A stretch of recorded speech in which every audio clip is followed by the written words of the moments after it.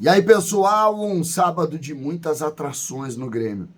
Você tem um jogo contra o Santa Cruz e estreias. E claro, será que o público vai engajar?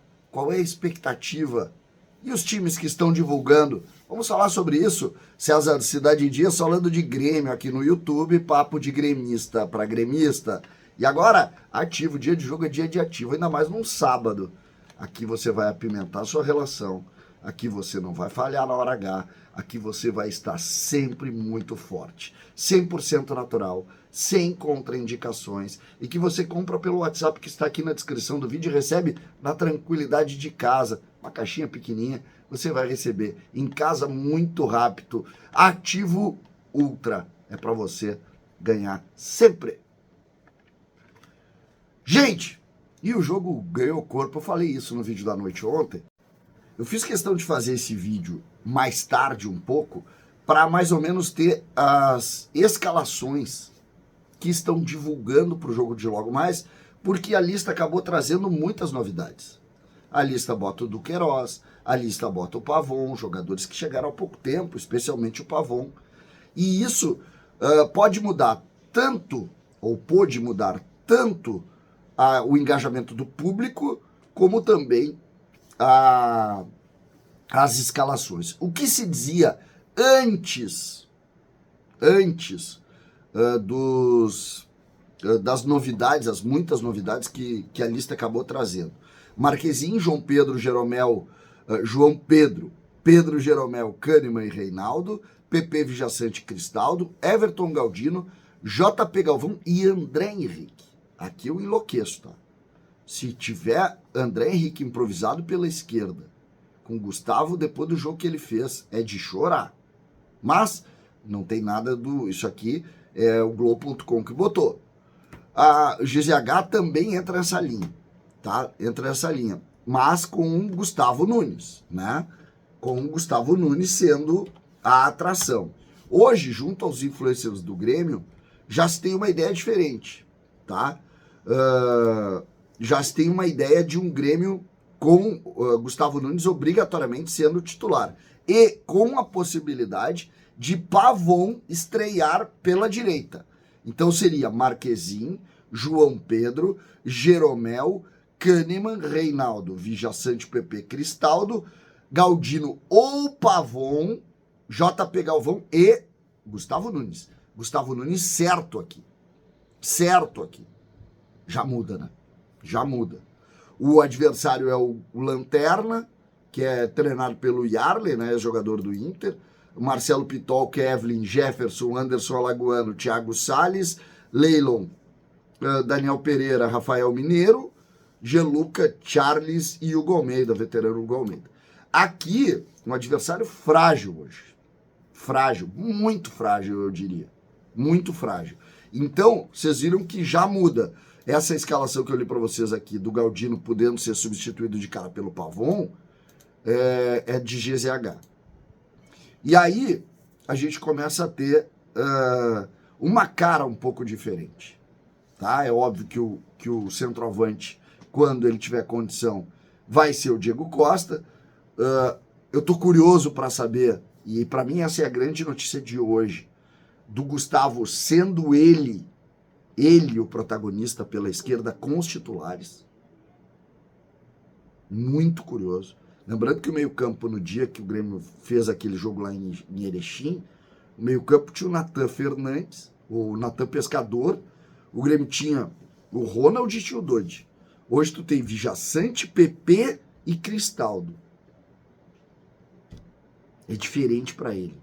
E ele começando o jogo, ele vai ser a grande atração do jogo. Podem apostar. E claro, a grande atração não. Para mim, o grande destaque. Porque a atração passa a ser o Pavon.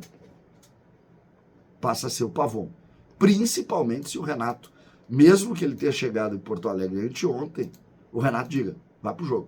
Ele tá, em matéria de preparação física, não tem discussão. Ele estava jogando lá no Atlético, fez toda a pré-temporada pelo Atlético. Então, aqui não tem nenhuma discussão. Nenhuma discussão, pelo contrário.